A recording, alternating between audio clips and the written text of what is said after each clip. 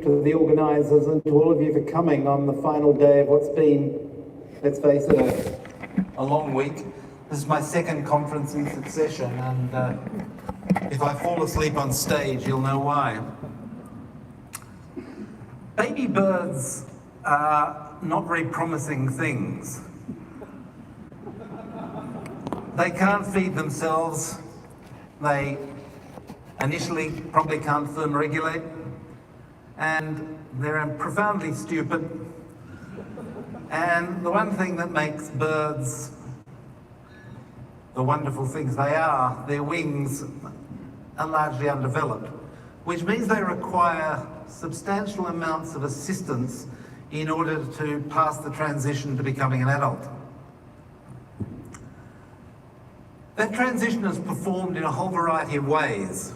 And one way of organising the axis of variation is to consider the number of birds from whom they derive assistance. As we heard in Juan's plenary the other day, some birds have escaped the need for parental assistance altogether, as in the cuckoos or cowbirds, and other birds exploit the lovely warm beaches of the South Pacific to incubate their eggs for them. But in general, at least, care by at least one parent is necessary. In some cases, done by just one parent. Female in the case of a hummingbird, a male in the case of a plains wanderer, and in the case of the bird in between, which is a Chinese penduline tit, whether the male or female cares as a result of tug of war. Unfortunately, in general, both parents win the game of desertion, as a consequence of which the birds perish. Hence, it's far easier if you have a male or female cooperating in care, as in the case of these flamingos. But there is a group of birds which take care of young to a different extreme from the cuckoos, and they're the birds where more than two individuals contribute to raise a brood of young. It might be just 3 or 4 birds in the case of this woodpecker, but in some species, like this noisy miner, 20, 25, or even 30 birds can contribute to raise a single brood. And it's this pattern of cooperative breeding that I'm going to talk about today. So I define cooperative breeding as the case where more than 2 adults care for a single brood. And that's an extremely important question in evolutionary biology because it raises the paradox that some individuals are caring for young which aren't their own, which is not necessarily what we expect. And I'm going to examine recent attempts to explain the distribution of cooperative breeding amongst the birds. An important starting point for that is to say, well, how common is the trait? Inevitably, when you ask a question like that, you start with David Lack's 1968 classic.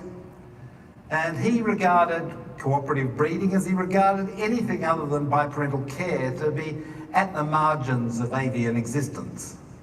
Though he did leave himself a caveat, and he argued that the habit of cooperative breeding should be looked for in further species of warmer regions, which is a point to which I'll return. By 1987, in a book on this topic, Jerry Brown had summarised the literature in a fairly comprehensive way and suggested that maybe 2.5%, 222 birds were cooperative breeders. And he suspected that there was going to be some more, but he thought that it would probably be a minimal number. And over a period of about a decade, culminating in a paper in 2006, I tried to estimate the prevalence of cooperative breeding and the other modes of parental care in every species of birds. Some of these obviously were estimates, as it was unknown, but I came up with a figure of 9% of birds breeding cooperatively, 852. I've continued that project casually ever since. The number's now well over 900. But because of the enthusiasm of our Sassemedia colleagues in splitting pair breeders, the percentage has actually gone down a tad.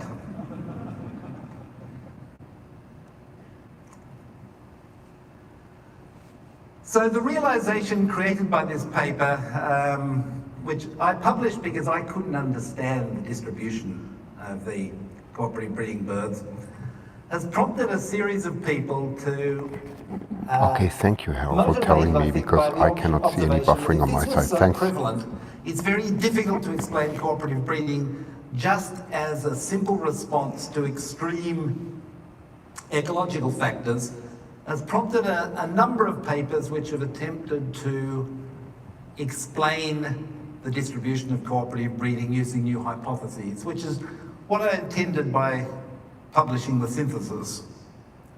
And these papers, by and large, use a technique called the phylogenetically based cooperative method, which will be bread and butter to some of you, but I probably should introduce, just in case you've not heard of it. So this represents a standard regression analysis of a response trait, be what it may, to an environmental variable weather, plots a regression line, and the proportion of variance explained just by that regression line of these data is about 71%.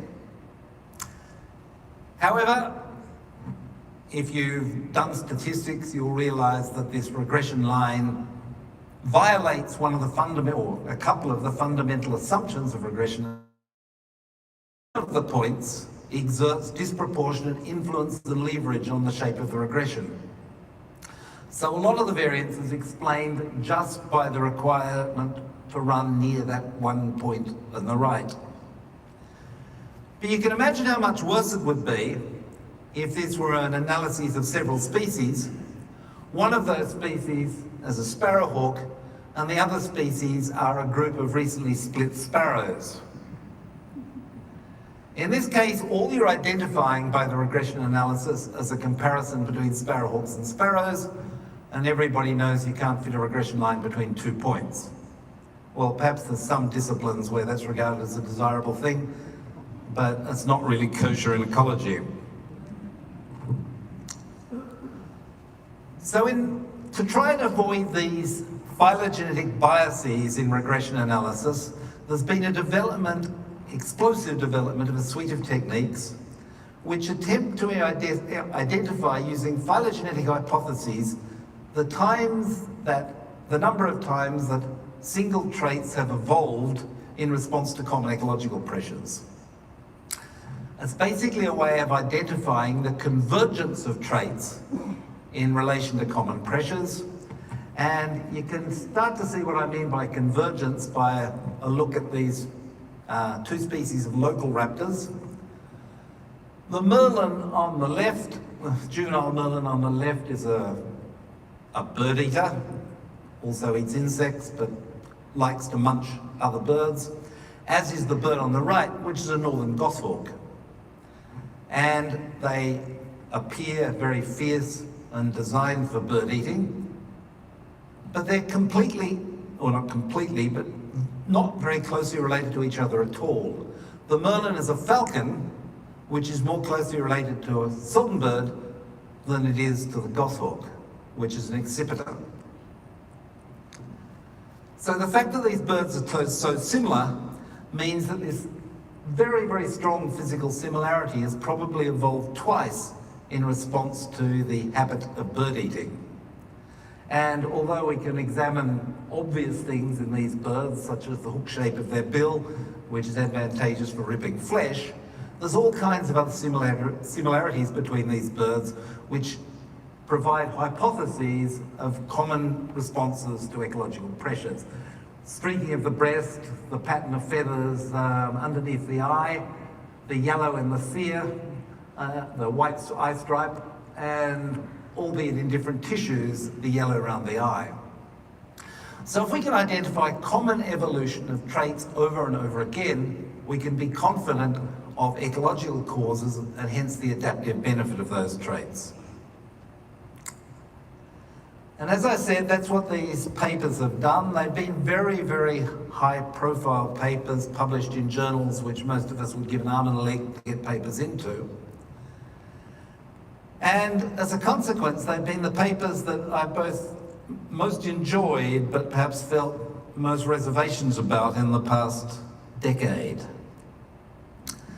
Indeed, I realised recently that my experience with all of these papers inevitably has 4 stages. I read the title and the abstract and I'm deliriously happy that someone solved the problem. I read the methods and results and question marks raised in my mind. I go on to read the supplementary material, which is something I almost never do, and I become profoundly sceptical, and then I sink into a state of grumpiness until the next paper in the series is published. So today's about an analysis of why this pattern is occurring. And I need to start with a couple of caveats. The first is, although I'm going to say that I disagree with the conclusions of most of this literature, I don't necessarily have a better hypothesis myself. And what I'm trying to do is perhaps guide this literature to better supported conclusions. But also, I think this literature is extremely important because it's introduced some new hypotheses which are worthy of examination. I can't review all the papers, there's about 10 of them. I'm just going to concentrate on 2 bodies of work. And the ones I've chosen aren't the most egregious, and most of the problems that I'm going to identify with them occur in most of this literature. And I suspect probably in the literature on other topics that I don't read as closely. The 2 papers I've chosen because they've been the most influential and highly cited in this discipline area. It's a speaker from Australia. Really I'll give the name later. Material, which means that in contrast to a lot of the papers in short form publications, you can tell exactly what's been done. The other 2 things about the papers I'm going to comment on is that they advance quite different hypotheses. One is a hypothesis associated with ecological conditions and habitat, and the other is hypotheses associated with the intrinsic social biology of the animals themselves. In doing that, I'm going to try and explode the black box of phylogenetic comparative analysis. I'm going to talk about the identification of the key variables in the analysis, but I'm going to pay particular attention to the controls and random terms in the statistical models involved.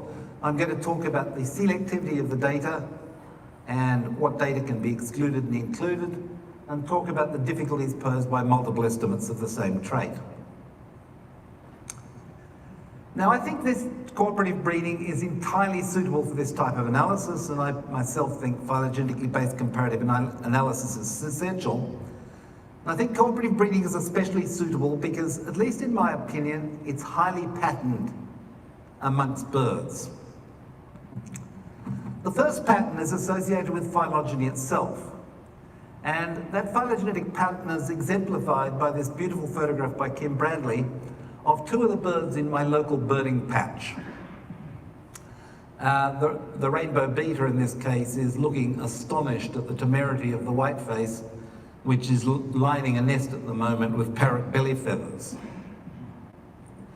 The whiteface is an exemplar of the largest group of birds, the Oscine passerines, which originated in Australia and sometime in the history crossed over to the rest of the world and formed the songbirds that we're familiar with, whatever continent we reside on. There are more than 120 families of Oscines, almost 5,000 species, so this one clade contributes about half of all the birds in the world. Not quite half in each case, but close to half.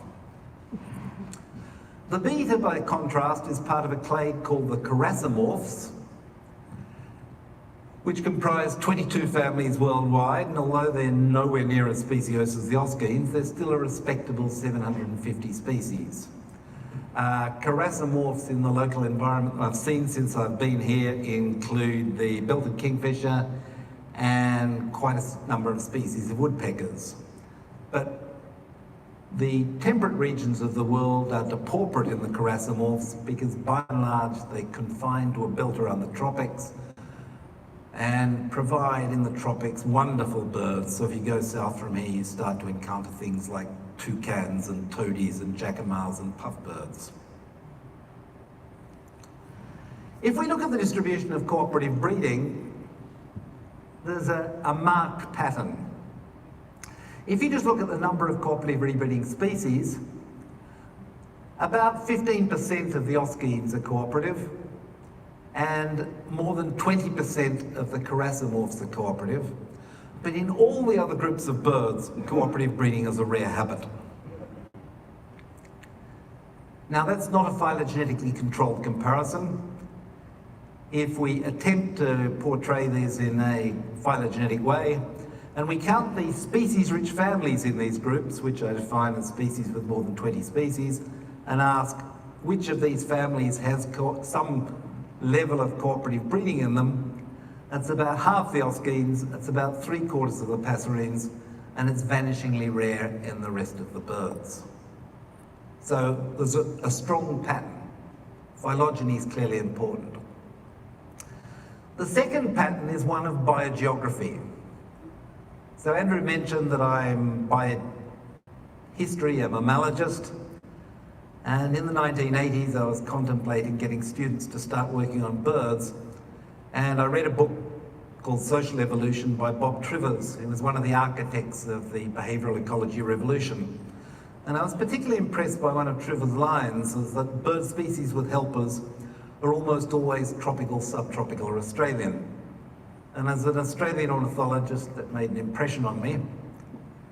Trivers' presumption was confirmed very, very much by this excellent graph by Walter Jetz and Dustin Rubinstein, in which they estimate, by pixelating the surface of the land, how many cooperative breeding species there are in each pixel.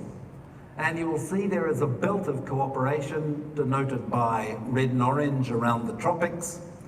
But if you move to more northerly latitudes, or perhaps in Chile, more southerly latitudes, cooperative breeding by and large disappears.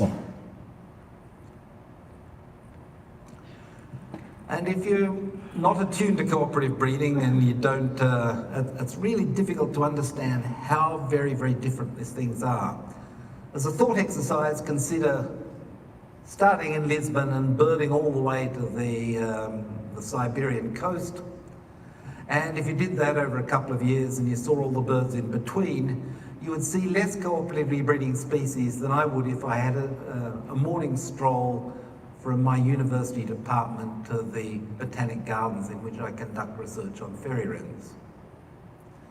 If you look at the local avifauna, I've seen 2 species which are reported as cooperative breeders, though I'm not sure that one of them actually breeds cooperatively here. That's the bush tit and the northwestern crow.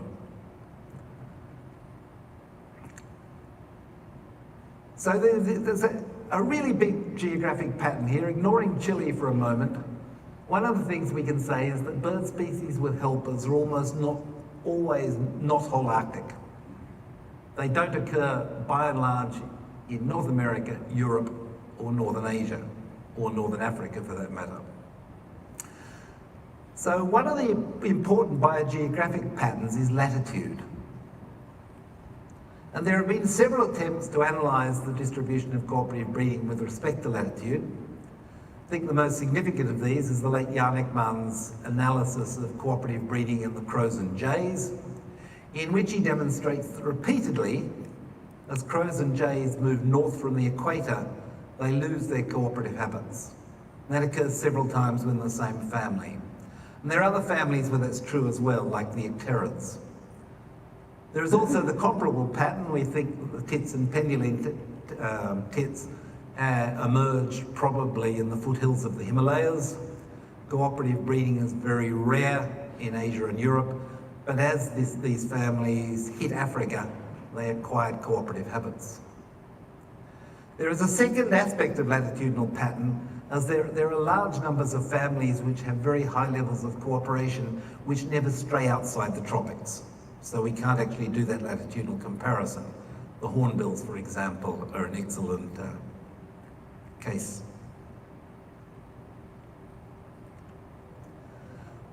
Of course, Trevor's statement would be true if you actually left the cooperative breeding out of it. So bird species with helpers are by and large tropical or subtropical. Bird species in general, rather than those with helpers, are largely tropical and subtropical. So Jetson Rubinstein realised that, and in this bottom figure, they estimate the proportion of the land birds that exhibit cooperative breeding. And you can see there's quite a stark changes between the two maps. Australia suddenly, as Trevor suggested, becomes a red beacon. The reason that there weren't any species in the centre of Australia is it's a desert and there aren't many species anyway, but a lot of them are tropical. Africa remains red, but now the lights go out in South America. The reason the lights go out in South America is at least partly because one of the other generalisations you can make about birds is a very large proportion of the species of birds in the world are neotropical. Diversity is much higher in South America than elsewhere. I was once told by one of my mammalogist mentors, Tim Clutton-Brock, that I couldn't call myself a mammal ecologist until I'd been to Africa. And I really think the same thing's true about being an ornithologist. It's very difficult to be an ornithologist unless you've been to the Andes and the Amazon.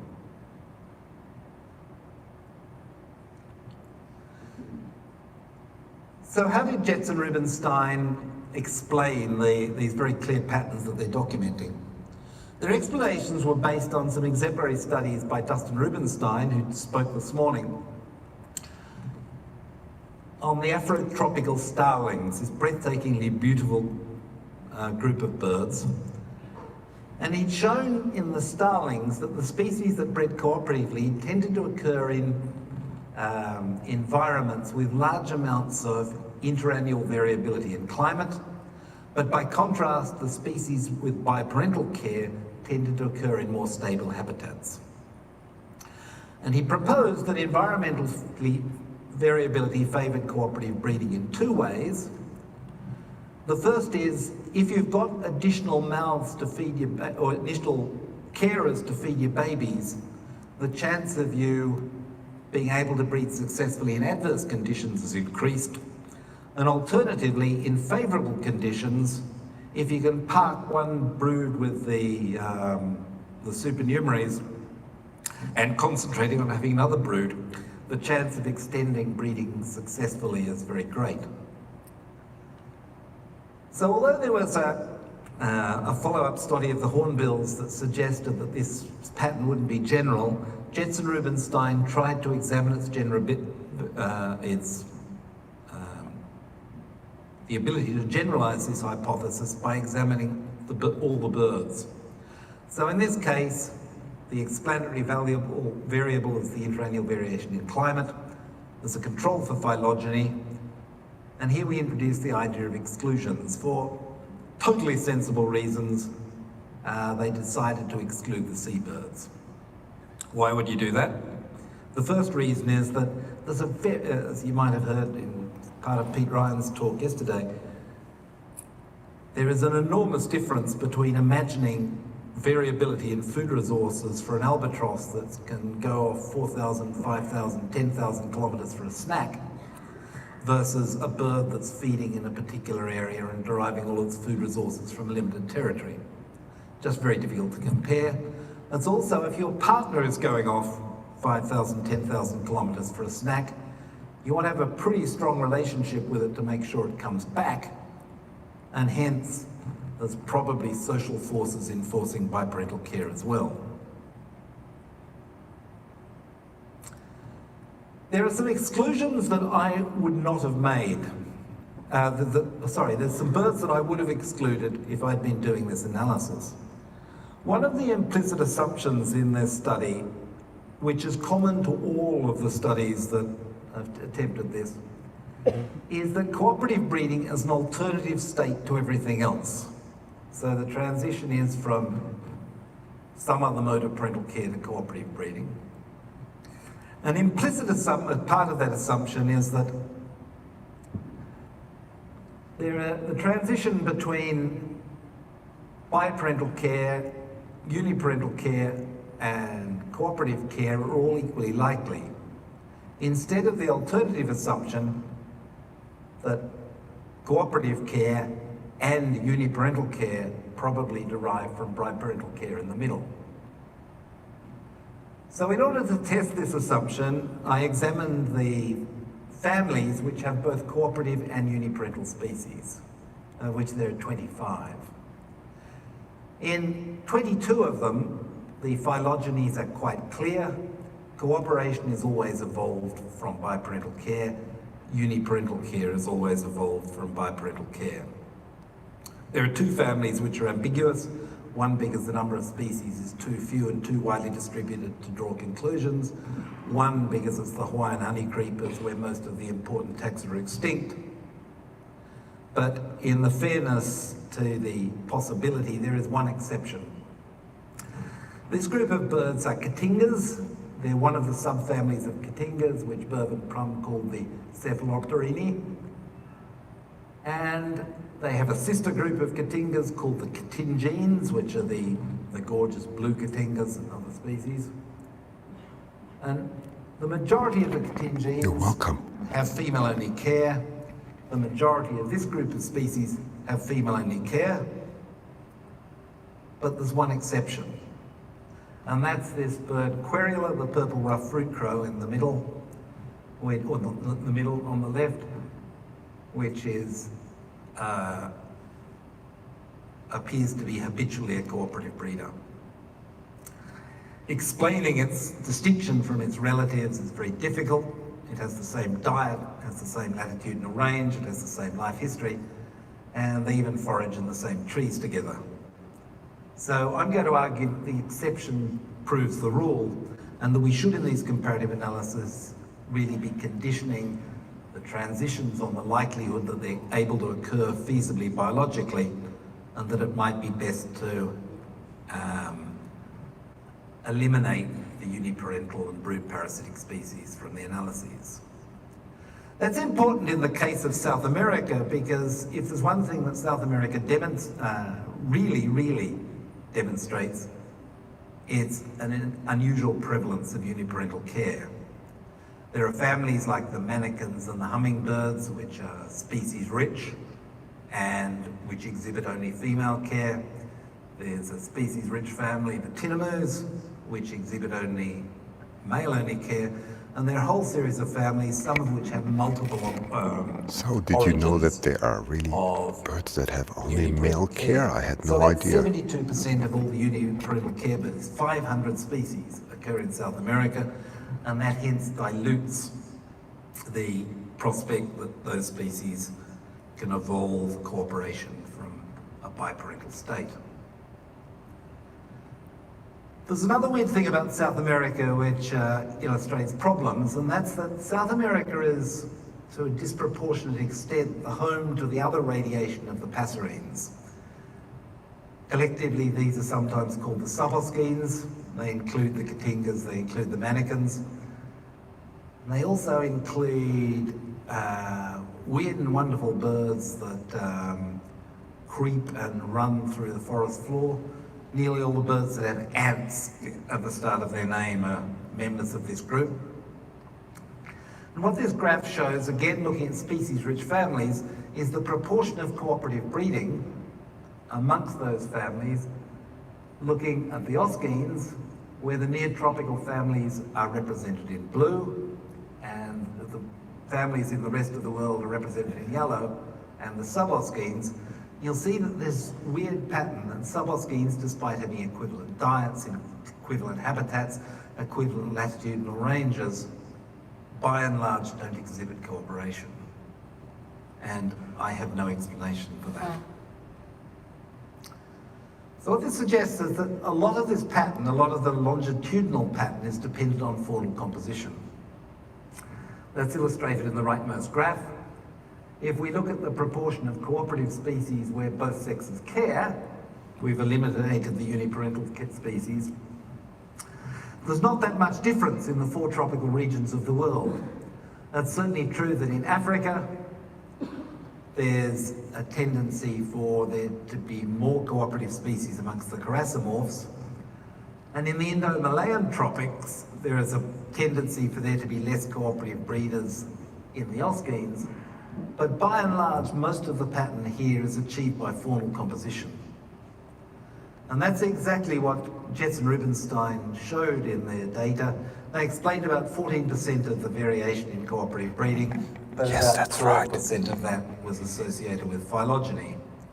And about 2% of it, still a respectable percentage, is explained by climatic variability. The difficulty with the climatic variability measure is that they didn't take latitude into account.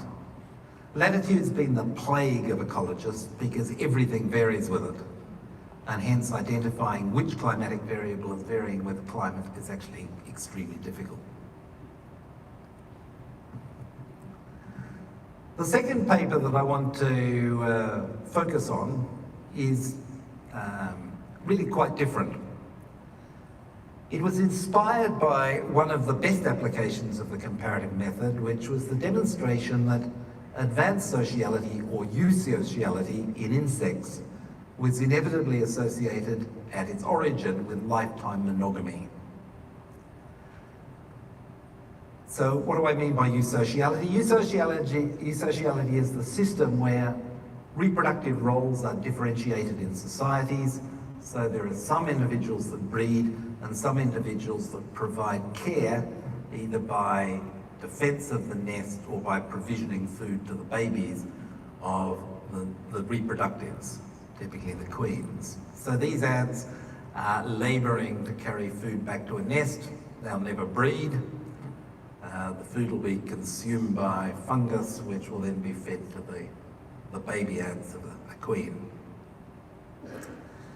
This was, as I said, extremely important observation, and there was temptation to try and elaborate it and use it to explain the similar patterns in birds and mammals, which was done in a paper by Charlie Cornwallis and his colleagues, which was published in Nature in the year 2010.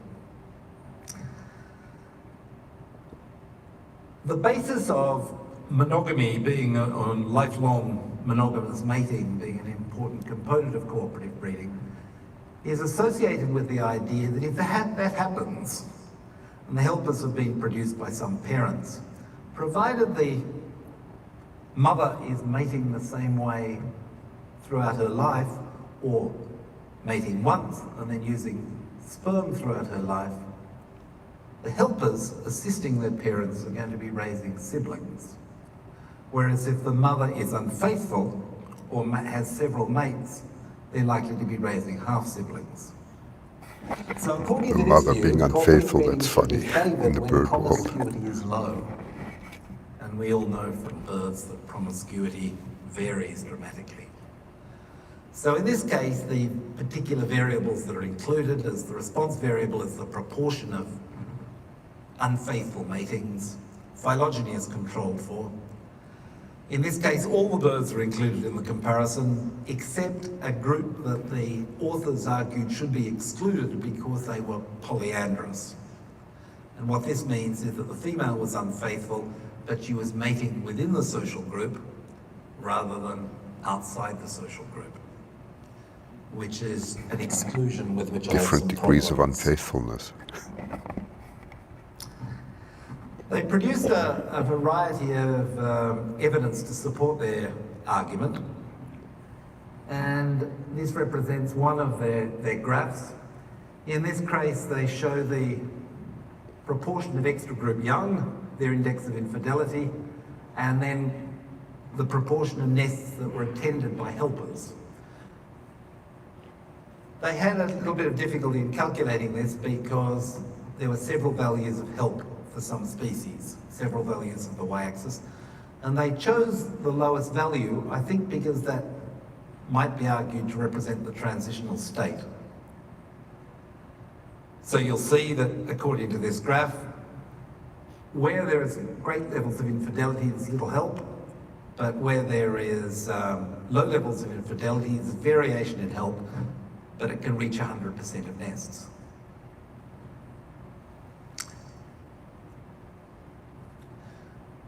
The difficulty they had in their choice of the lowest member of help is illustrated by two examples. This is the Australian magpie, a beautiful songster distributed throughout Australia. And it has one of the most variable social systems of any bird on Earth, arguably the most variable. Where the leftmost arrow is in Western Australia, it is what we call a plural breeder. Several pairs of birds build nests on a given territory and raise young, and in raising their young, they're helped by all kinds of supernumerary birds that are also living on the group territory. Yes, that's true. In southern Australia, which is not arrowed, there's only one pair that breeds on the territory, and they're helped by young from the previous year.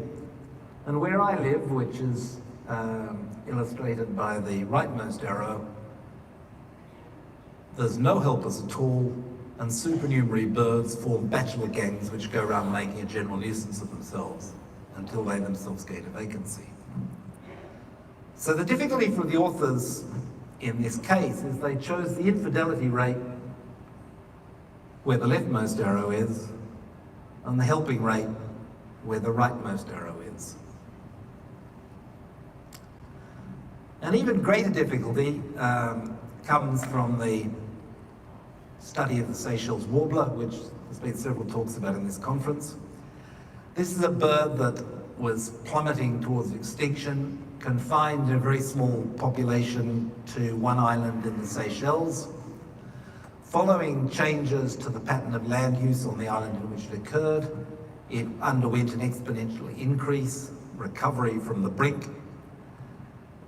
On that island, the number of territories increased until the island was full of territories, and thereafter population growth occurred, but it occurred by the addition of supernumerary birds that help at the nest. And subsequently the bird has been introduced to several islands and is no longer considered endangered. It's one of the great successes of conservation biology of birds. In this case, the infidelity rate the authors chose is the leftmost arrow when the population there weren't any helpers, and the parentage analysis was done outside the axis of this graph when it became possible to find markers that were sufficiently variable to resolve help in their species. This creates all kinds of problems. Those are the points for magpies and Seychelles warblers. There are a couple of other birds that are subject to equivalent difficulties. This is redrawing the graph where you choose the parentage and the infidelity rate, the parentage and the helping rate from the same population, and you include those polyandrous species, supposedly polyandrous species that have been excluded. And you can see that the pattern disappears.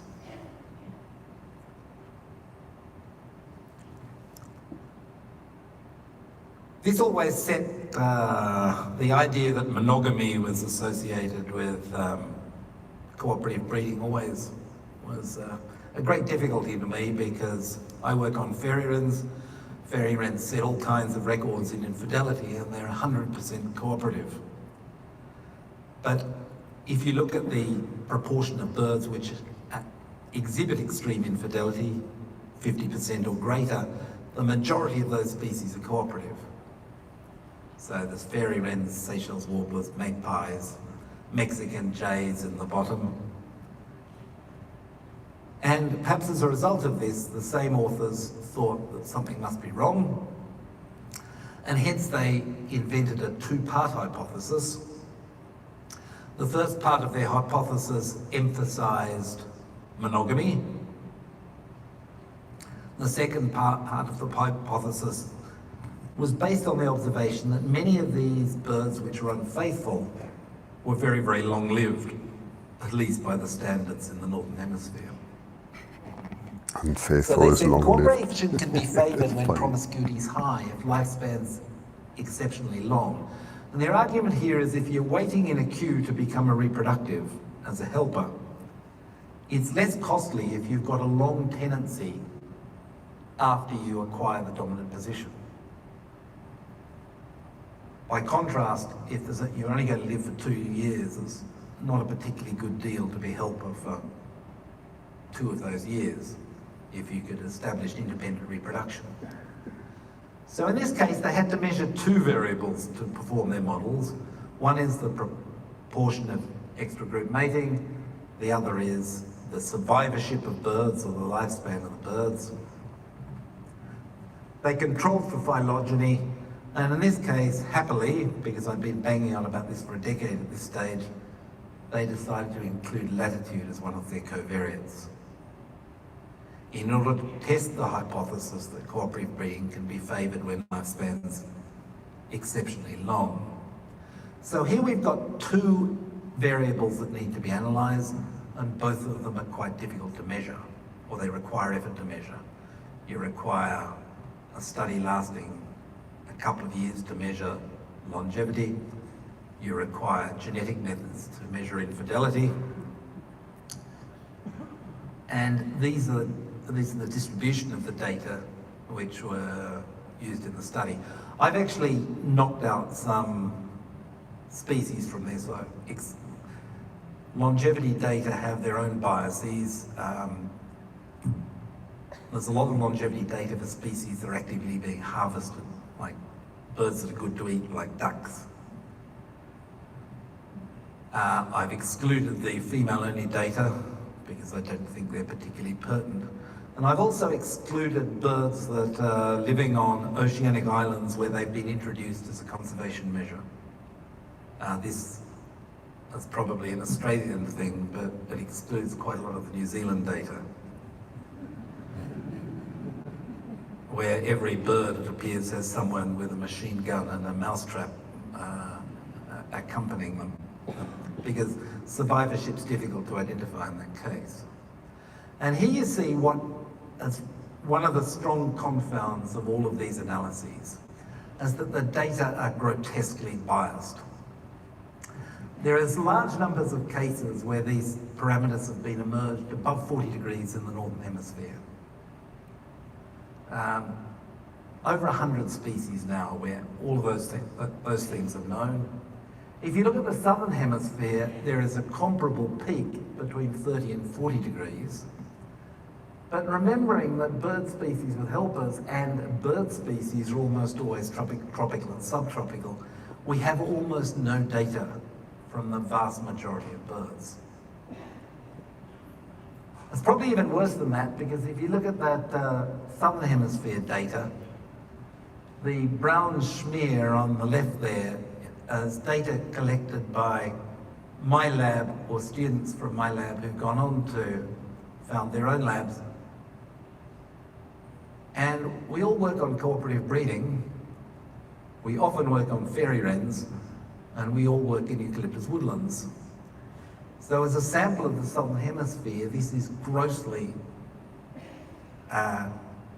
inappropriate. The data haven't been gathered with an appropriate design. So what I've tried to do in reviewing these studies is to say that they've got pervasive problems. They're pervasive problems they share with a suite of difficulties, a suite of other studies. So they raise the question of what data do you exclude? I think it's fine to exclude seabirds. I would exclude birds with uniparental or no parental care. I think if you're looking at life history variables, it's useful to exclude birds under active conservation management. I'm worried about excluding birds that don't live in families, as that represents a predisposition to conclude that family living is important. I've looked at how to assemble data and said that we should obtain variables from the same population at the same time. But most importantly, I hope I've shown you in the latter study that poorly sampled control variables have no control at all. There's no control for latitude, and there's scarcely any control for phylogeny in those analyses, because sampling has not occurred, or the data have been atomized so quickly that large clades of birds are being distinguished by certain species. That graph I showed you contains no birds from the Indomalayan tropics.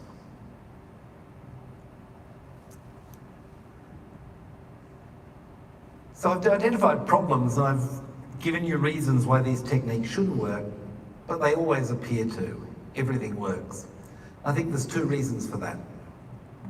One is that all of them are in essence works of advocacy. There are attempts to assemble suites of evidence for particular hypotheses rather than to simultaneously evaluate sets of hypotheses and compare their predictions. And I think probably that leaves them open to issues like confirmation bias. However, there's a second issue which I think is equally important, that none of them really pay attention to the underlying deep correlations. They don't themselves lead to explanations of the latitudinal bias, and they can't deal with the phylogenetic bias because the sampling is so poor. So if we look at how phylogeny can be used, it is a pattern in the data. It's not something which just exists to control. So I would say if we look at perhaps the primary causative evidence of cooperation, we've got evidence that that acts in the caracimorphs and the oscines, but not in the other birds, represented by black here. If we look at the latitudinal pattern, there's two kinds of patterns that are going on. There's a decline in species with latitude in very many taxa. In some of those taxa we can examine the trend between cooperation and not, but there are other tropical taxa which don't appear to go into the Northern Hemisphere at all. So what are we going to do about these biases in the data, and how are we going to make progress? Because I think progress is what's necessary. I don't think that any of the hypotheses considered in these papers have been adequately tested. As a consequence, none of them have been rejected. But I don't think if we go on the way we're going to remedy the deficiencies in the data and allow us to simultaneously evaluate the hypotheses that have been proposed in the last 10 years. In thinking about this, I've really driven a lot of inspiration from large-scale multi-site or taxa studies that have been attempted to answer other questions. The guy in the bottom right there with the racy headband is Steve Hubbell, who, in attempting to answer a hypothesis of latitude, why tree species diversity is more common equatorially than it is at high latitudes, realised he couldn't do it with available data and set up a series of plots throughout the world in which he measured the same things assiduously using common methods. It required several people to do this, but it led to a fundamentally different hypothesis of species diversity. The guy on the left there is Tom Martin, who, in attempting to explain latitudinal variation in life histories, again realised that data weren't there and set out to gather it with a series of focus studies using equivalent methods in different communities on different continents. All of which have a deliberate sampling design, because design of sampling rather than ad hoc use of what's available is going to achieve greatest progress. So where would I start? I actually favour the approach used in Dustin Rubenstein's original study of starlings. The analysis of groups which show both habits within a limited geographic area, which belong to have a common phylogenetic basis, and by seeing which of those the patterns doesn't occur. Hi everyone, it's quite scientific, but it's good that you get an idea of how this is really done by experts, so this is a plenary talk. If you want to have more information, go on the IOC, Google it Vancouver, and you can see which plenary talk is on at the moment. This is the last day. Thank you for all being here. If we look at the melanerpine woodpeckers, one of the best species on which multiple hypotheses have been tested is work on acorn woodpeckers by Walt Koenig in the oak woodlands of California. Unsurprisingly, he attributes importance to the harvesting and storing of acorns, which is what give acorn woodpeckers their name. If you see acorn woodpeckers in Colombia, there's no acorns, no granaries, but they're cooperative. If you look at the melanerpine woodpeckers in the Amazon, like this beautiful yellow-tufted woodpecker, You're all very welcome. they're all cooperative, no acorns. And then there are the taxa which we know nothing, but are actually some of the greatest repositories of cooperative breeding on Earth. You look at laughing thrushes, you normally see a species which is cooperative at one moment, and there's a species which is not cooperative. Yes, Amanda, they are from Australia. Such beautiful birds. When I go back to Australia, I'll spend some more time photographing. Data on which species are cooperative and which are not. Well, there's about half the species which have been added belong to the neotropical tanagers. There was a book published on tanagers by the Islers, which recorded 6 species, I think, as cooperative breeders of the many, many hundred species of tanagers, which makes it look impossibly non-cooperative. But they'd only found 11 nests of those species at the time. And sorry, these are from the tropics, but he was also showing some Australian birds. The biology of these birds is recording cooperation in about half the nests, suggesting that the family, the Thorpody, is the primary repository of cooperation. But there's only one species being studied. So we need a set of common methods, we need to work on these families, and we need to identify the generality of patterns. Now I'm turning 64 next month, and had a period of ill health, which makes me keen to spend a little bit more time bird watching and a little bit less time reading the literature on birds. So I'm not going to do this, but it's a project that I commend to you all. Thank you.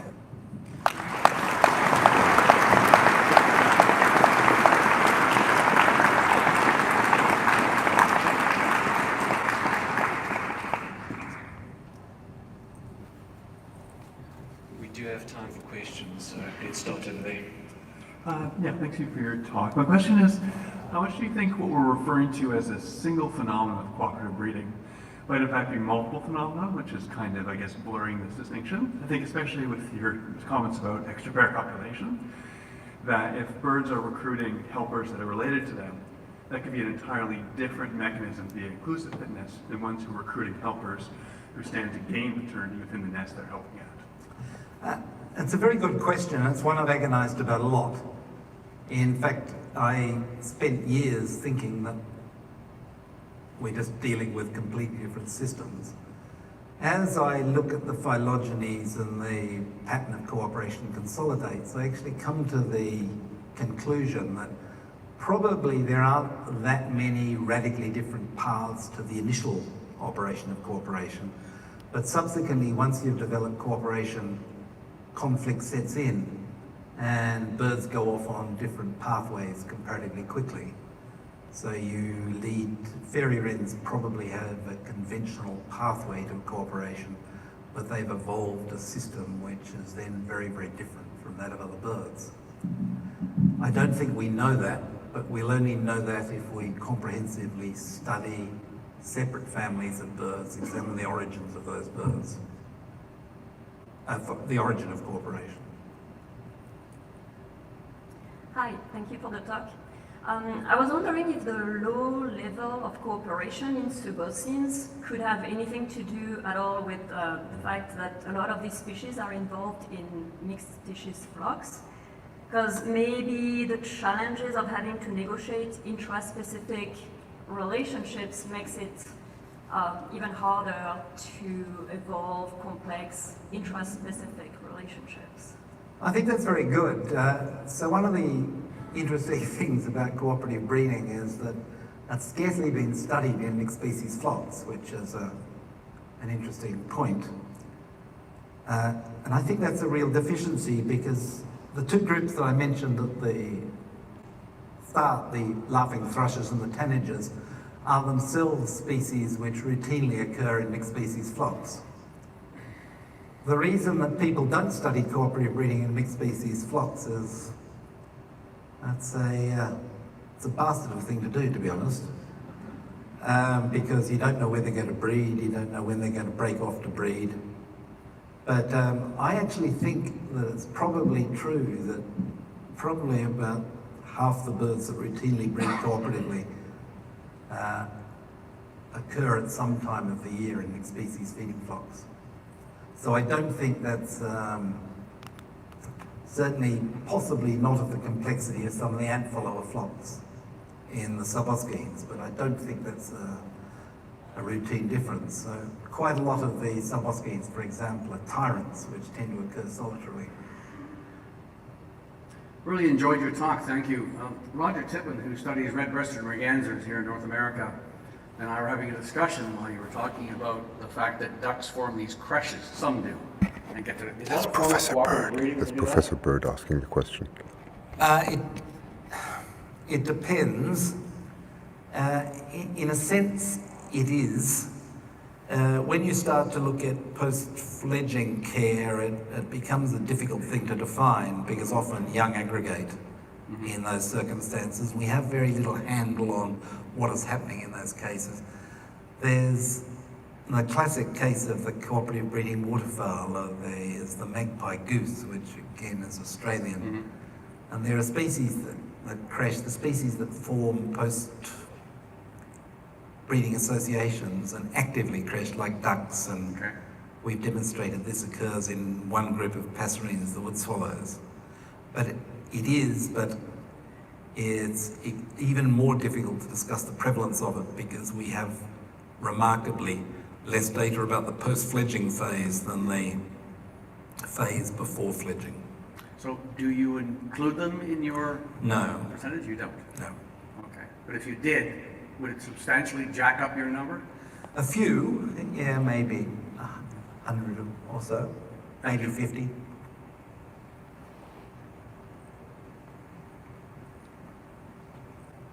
If there are no further questions, then it just remains for me to thank Andrew. Yeah, man, I'm doing lots of interviews with Professor Bird. It's quite fantastic, actually.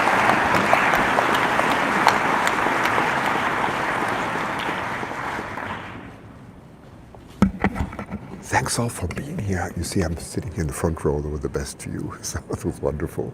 I think that was probably one of the final talks. Before you all rush away, but I'm going to go and get some more. Hi, Osprey Mama. Hi, Amanda. Hi, Susan. Hi, Kathy. Hi, everybody I saw. That was great. You were all here. I hope that next time you look at one of my papers, you're the top right cat. Anyway. It was the top left cat, not the bottom right cat.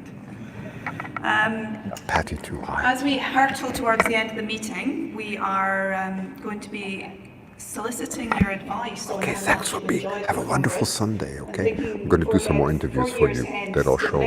Really interesting. When you leave within the next week, you'll receive an online survey about your experiences here at IOC 2018. And this is really a plea to get you to fill in that survey. We all get lots of surveys, but we can only design a meeting that meets your needs and anticipate what you would like by getting your opinions. So please take the time to fill in the survey.